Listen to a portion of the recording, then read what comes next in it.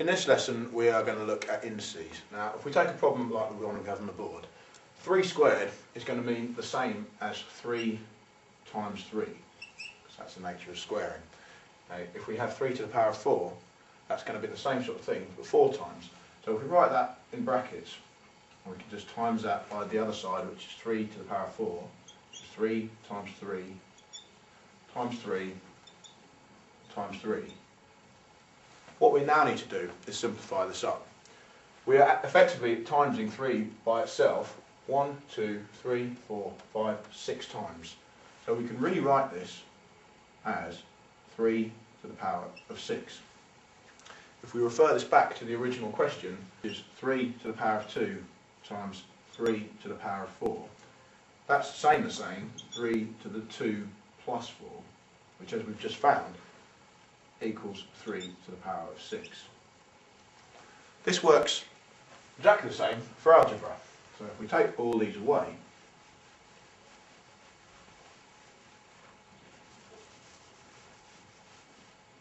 and try a similar question with algebra, such as p to the power of 4 times p to the power of 3, this is just simply going to be p to the power of 7, or 4 plus 3.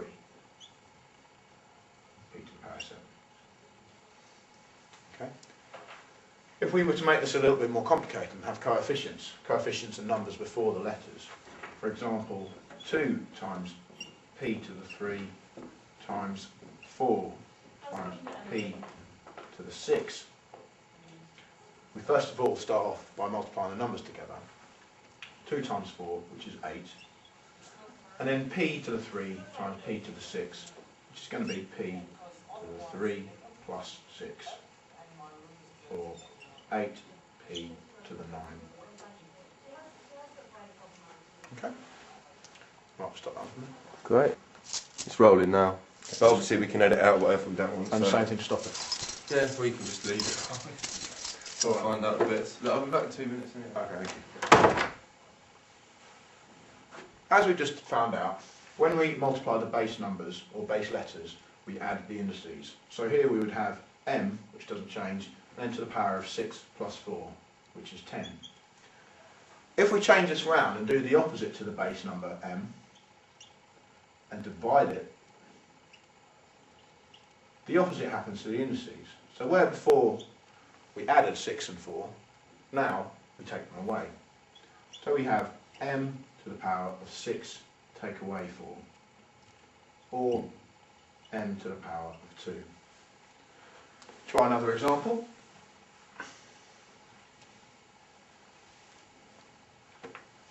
If we have q to the power of 10, and we divide this by q to the power of 7, the answer will be q to the power of 10 minus 7, or q to the 3. To make it a little bit more complicated, we can add in coefficients like we did before. 20p to the 4 divided by 5p to the 3. First of all, we divide the numbers here. 20 divided by 5 is 4. P to the 4 divided by p to the 3 is p to the 1. Or we can just write p, like so, 4p. Division questions are often written differently to this, where there is a line going through instead of a division sign. And we could have a question such as 45q to the 6, and there could be more numbers in there, or more letters, p to the 3, divide by 9q to the 3, p. This is obviously a more complicated question, but still we broke it down the same way. 45 divided by 9 is 5. Q to the power of 6 divided by q to the power of 3 is q to the 6 take away 3, 3. P to the 3 divided by p can be p squared. That's your answer. One more time. 25 mn squared divided by 5 m squared n. Careful here, because now we have a lower number on top than we do on the bottom. 25 divided by 5 first, which is 5. M to the 1, take away the 2, is going to be m to the minus 1. And n to the 2, take away n to the 1, will be n to the 1.